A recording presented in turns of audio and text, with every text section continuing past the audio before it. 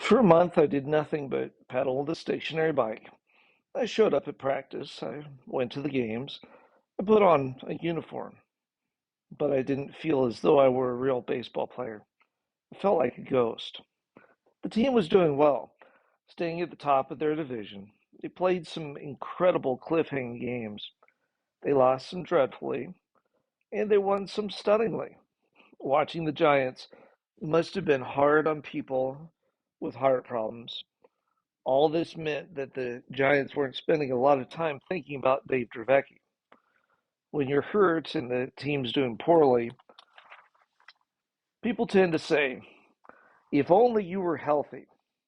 But when you're hurt and the team is in first place, people tend to forget about you. The first time I threw after my month of rest, I worked carefully, feeling for the pain in the back of my shoulder. There was some soreness.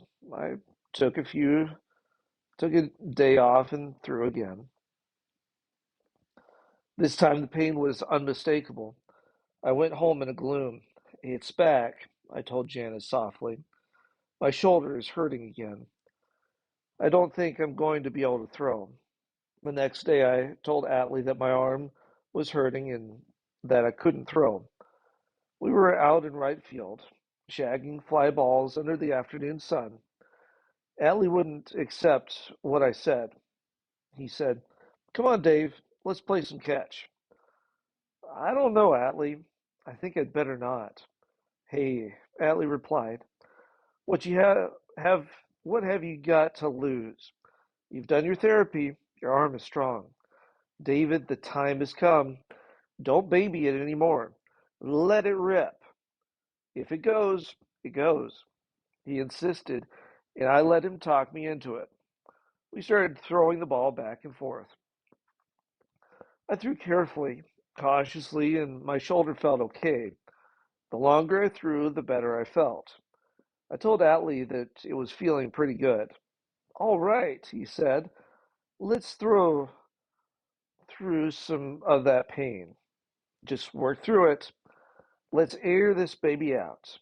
He backed up and we began to throw hard. The ball went zipping back and forth, and I wasn't hurting. I was really throwing. I wasn't ready to go up against Nolan Ryan, but my arm felt different. I had some life to it. Within a few days, I began thinking that I should try throwing from the mound. I went to the bullpen and threw to a catcher for 10 minutes. The next day, I went for 15 minutes and felt great. Norm Sherry, our pitching coach, was watching. He suggested that I throw batting practice. The next day, June 19, I did. I was gaining momentum. Atlee would sometimes stand behind the screen with the coaches watching me throw. Other guys on the team would stop by and observe for a while. Robbie Thompson, our second baseman, walked away shaking his head. "It's amazing," he said. On Thursday, July 6th, I had another MRI done and saw the doctor. He checked several lumps in my arm, including a large one that had filled in the gap where my tumor had been removed. He told me this lump might be the tumor again, but it was too soon to tell. I didn't spend much time worrying about it. The coaches had scheduled a simulated game for me in St. Louis, my first taste of real pitching. A simulated game is as close to a real game as you can make it. The hitters are from your own team, but they are trying to make you look bad, and you are trying to make them look bad. It's completely different from batting practice, where you just lay each pitch in there to be hit. It's a real test of your pitching ability. I threw 3 innings for a total of 60 pitches. I was able to put the ball where I wanted it most of the time. My fastball got up to 82 or 83 miles an hour, which was not bad.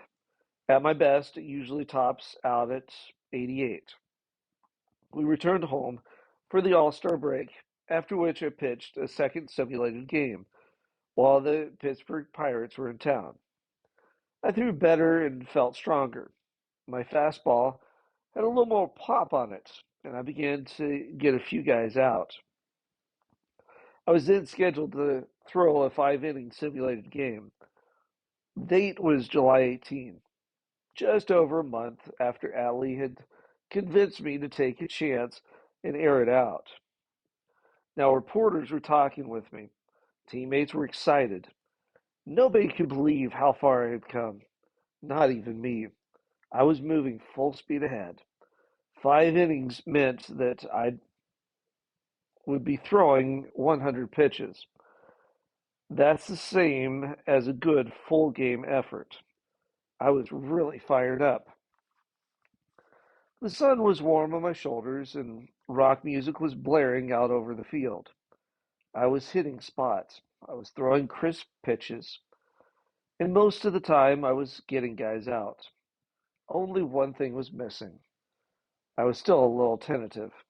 It probably would not have been noticeable to anyone but another pitcher or a pitching coach. But they knew I was still slightly afraid to let it go. When I went out to pitch the last inning, Norm Sherry came over to me. Dave, he said, the last 5 or 6 pitches, just let it go. Air it out. Let's see what you can do. So when the time came, I told the batter that I was going to let some fastballs rip. Be careful, I said. I wasn't sure where they would head. I wound up and let the ball go. Boom! Lo and behold, it went over the plate. More importantly, my arm did not pop off or roll towards first base. When I had thrown my 100th pitch, Norm called a halt, and I jogged over to the screen. How fast was I? I asked. He got up to 85. Fantastic. That's only 3 miles per hour less than my best. I'm fired up now. I turned to Norm Sherry. Hey, Norm, what do you think? I'm ready for some competition. I want to go down to Phoenix and get some guys out.